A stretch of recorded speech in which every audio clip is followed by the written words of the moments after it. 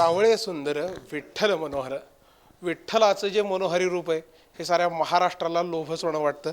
आणि याच मनोहरी रूपाला जो आषाढी एकादशी दिवशी पोशाख घातला जाणार आहे तो पोशाख खरं तर आपल्यासोबत आहे. विठ्ठलाचा असणारा अंगरखा आहे, विठ्ठलाची साडी आहे, विठ्ठलाचा शेळ आहे आणि रुक्मिणी मातेचं महावस्त्र असणारं साडी देखील आहे आणि विठ्ठलाचं सोहळं आहे. आपल्यासोबत आहेत औसेकर महाराज एकादशी दिवशीचा पोशाख आहे. काय या पोशाखाची वैशिष्ट्य? हा जो पोशाख आहे हा नित्यपूजेचा पोशाख आहे आणि त्यावेळेस हा देवाचा अंगारखा आहे. बेंगलोरी संपूर्णतः सिल्क आहे. याच्यावर जी तुम्हाला सगळे हातमागची कारागीर दिसती आहे ही सगळी हाताने विणलेली आहे आणि अतिशय सुंदर अशी कारागीरता केली गेलेली आहे.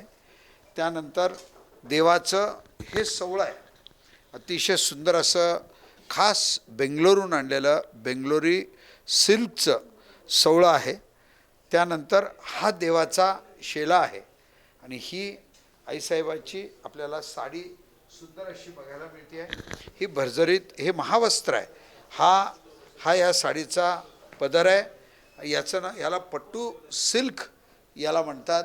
हे अतिशय श्रद्धेनं यांनी कारागिरांनी बेंगलोरच्या सर्व कार्य केलेलं आहे आणि संपूर्ण भावना श्रद्धेने मंदिर समितीला अर्पण केलेलं आहे. रेशमी आणि पूर्णपणे हस्तकलेतून निर्माण झालेलं महावस्त्र आषाढी एकादशीसाठी आता विठ्ठल मंदिरात दाखल झालंय.